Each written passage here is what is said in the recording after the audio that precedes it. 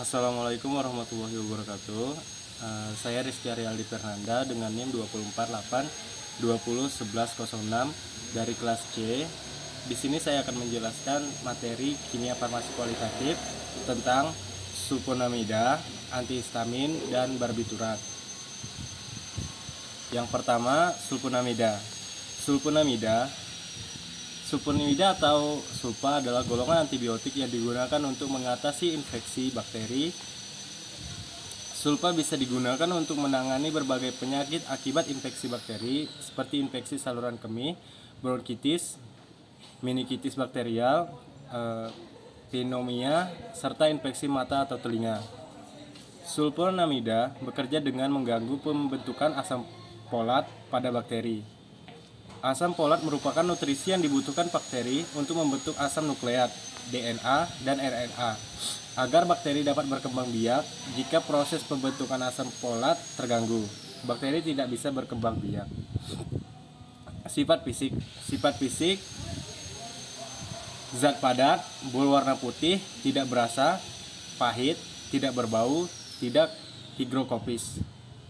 Kelarutan umumnya tidak larut dalam air dingin, mudah larut dalam asam, larut dalam aseton dan alkohol, larut dalam alkil hidroksida, tidak larut dalam eter CHCl3.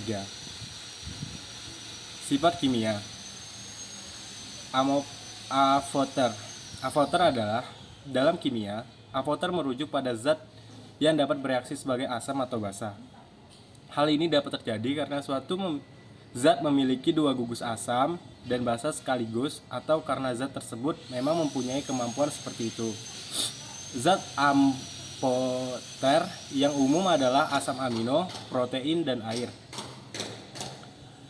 Asam lemah, pH-nya ialah 4,8 sampai 8,6.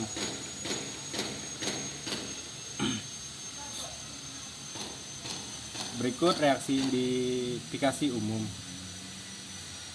Reaksi gugus sulfur, reaksi korek api, dan reaksi diazo. Selanjutnya, antihistamin. Antihistamin adalah kelompok obat yang digunakan untuk meredakan atau keluhan atau gejala akibat reaksi alergi, misalnya pada rinitis alergi atau urtikaria. Selain itu, beberapa jenis antihistamin juga bisa digunakan untuk meredakan mual dan muntah, terutama akibat mabuk perjalanan. Antihistamin bekerja dengan cara menghambat kerja dan jumlah histamin. Histamin merupakan satu zat kimia yang menimbulkan munculnya alergi. Saat seseorang alergi terpapar zat pemicu alergi, alergen, dengan begitu gejala akibat reaksi alergi bisa mereda. Aktivitas terpenting dari histamin. Yang pertama, kontraksi otot polos, bonci, usus, rahim. Kedua, vasodilatasi semua pembuluh dengan penurunan tekanan darah. Memperbesar permeabilitas untuk cairan dan protein dengan akibat undema dan pengembangan mukosa. Hiperskresi ingus dan air mata, ludah, dahak, asam lambung. Yang terakhir, stimulasi ujung saraf dengan eritema dan gatal-gatal. Reseptor histamin. H1 fungsinya kontraksi ileum, modulasi siklus sirkadian, gatal, vasodilatasi sistemik, bronkokonstriksi, asma, terinduksi alergi. Contohnya loratadin, cetirizin, fexofenadin, clemastine. H2 fungsinya mempercepat ritme sinus, stimulasi sekresi asam lambung, relaksasi otot polos, menghambat sintesis antibodi, proliferasi sel T, dan produksi sitokin. Contohnya ranitidin, simetidin, famotidin, nizatidin.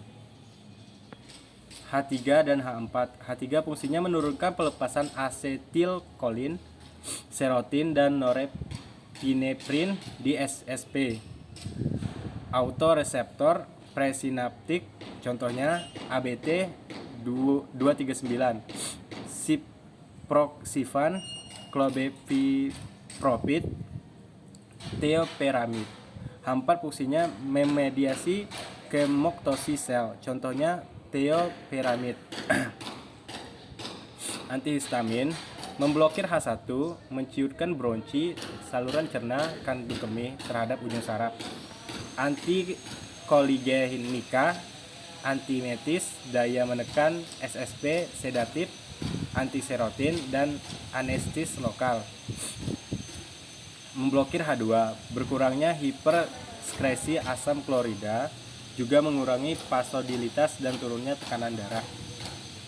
Antihistamin berdasarkan strukturnya dibagi menjadi 5 golongan, yaitu aminoalkyl ether, etildiamin, piperazin, propilamin, fenotiazin. Golongan histamin bersifat basa, tidak larut dalam air, dalam bentuk basa, larut dalam kloroform, dan pelarut organik. Rasanya pahit, larut dalam HCl, menjadi bentuk garam yang larut dalam air dan etanol. Yang terakhir, barbiturat. Barbiturat adalah kelompok obat yang digunakan dalam pengobatan kejang, insomnia berat, gangguan kecemasan, atau sebagai obat untuk induksi atau memulai proses pembiusan anestesi.